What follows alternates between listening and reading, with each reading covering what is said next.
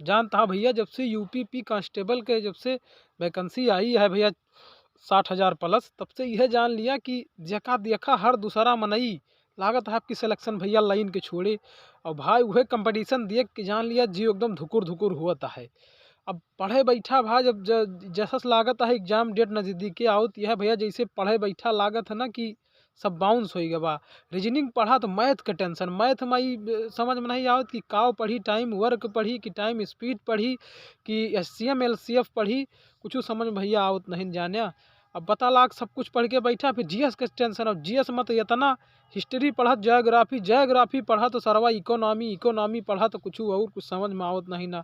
अब सरवा एक टेंशन और खाए जाता है ब्याहे के सारे का कि अगर अब की 2024 में हम अगर नौकरियाँ ना पाएँ तो फिर भैया रणुए रही जाब के करे अपनी बिटिया के ब्याह बेरोजगार मन एक साथी। अब यह टेंशन तमाम डिप्रेशन है। एक ठीक मॉक टेस्ट दे दिया, पता लागो हमारा नंबर ही नहीं एक को चढ़ाता है और टेंशन। और यह सब सोच के दिमाग यह जान ले एकदम डिप्रेशन में चला जाता है। और जो डिप्रेशन में चला जाता है तो भैया महतारी बाप का याद आवत है। फिर से यह सोचे के पड़त कि फिर से एक दाई लाओ ट्राई करी फिर पढ़ी। तो बहुत जटिल समस्या है भैया, अब काव बताई कुछ समझ में आवत नहीं ना।